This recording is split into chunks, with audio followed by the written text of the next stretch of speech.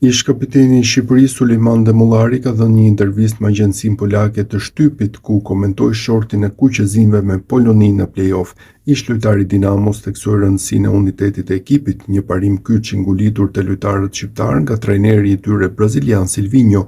Ai vuri në dukje se braziliani, i cili ka qenë në krye të ekipit kombëtar për më shumë se 2 vjet, nguliti te lojtarët e tij për parsinë e efektivitetit të grupit mbi dëshirën për performanca individuale dhe shfaqje. Forca e kësaj skuadre kombëtare nuk janë emrat të mëdhenj, por kolektivi. Ne nuk kemi yje si Robert Lewandowski në radhët tona, por një skuadër që i arrin vazhdimisht objektivat e saj, që është të shënojë pikë pa posuar shumë gola. Ky nuk është një ekip që luan futboll spektakolar, por luan futboll efektiv.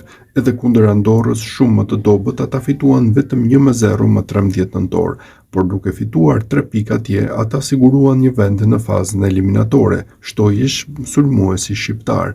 3 herë lojtari shqiptar i vitit, Demullari është optimist pas shortit të saj entes për fazën eliminatore të Kupës së Botës 2026, e cila do të mbahet në Shtetet e Bashkuara, Kanada dhe Meksik. Ai thekson se nëse Polonia eliminohet, shqiptarët do të përballen me Ukrainën ose Suedinë, të cilat ai beson se nuk janë ndër fuqitë të futbollit.